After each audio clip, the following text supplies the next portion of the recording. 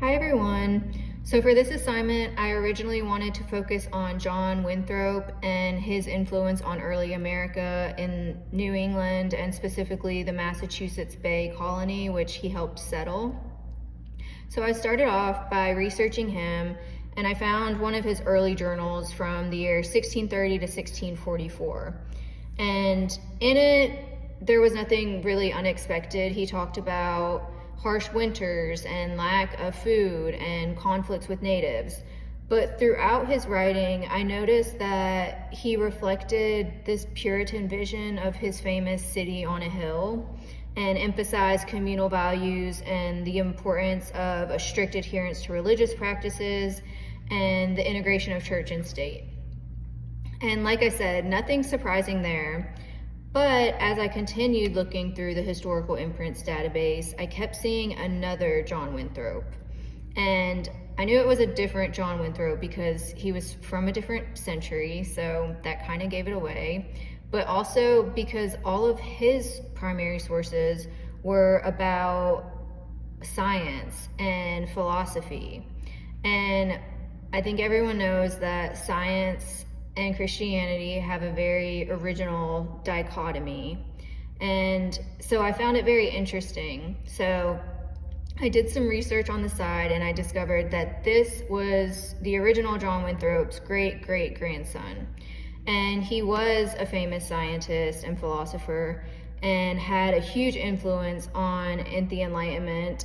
And so I found it interesting because if the original John Winthrop was so dedicated to his Puritan religion, then his great-great-grandson probably had deep roots in religion also. And like I said, there's a constant and always historical conflict between religion and science. So I wanted to explore that a little more. So on my source list, the other two sources are from the second John Winthrop, the great-great-grandson. And I was right. There was a lot of conflict. If you look at the source, a letter to the publishers of the Boston Gazette, this letter is to a reverend who was criticizing John Winthrop, saying, "You can't be a devout Puritan if you're teaching things like earthquakes and natural phenomena that doesn't agree or doesn't adhere to these religious practices." It highlights the 18th century debate over scientific explanations and theological interpretations of natural events, reflecting the era's intellectual discourse that combines philosophy with religious thought. So John Winthrop was saying that it is possible for the two to coexist, but the Reverend was still criticizing him. All right, and then the other source that I included, the other primary source, is just the relation of a voyage from Boston to Newfoundland for the observation of the transit of Venus.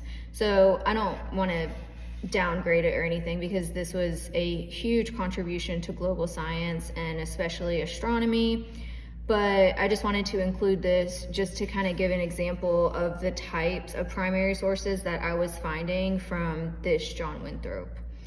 So through my research, I realized the importance of primary resources because, you know, you could be like me and you could start off on one subject and then you start finding all of these other resources that lead you down a rabbit hole and onto an almost entirely new subject.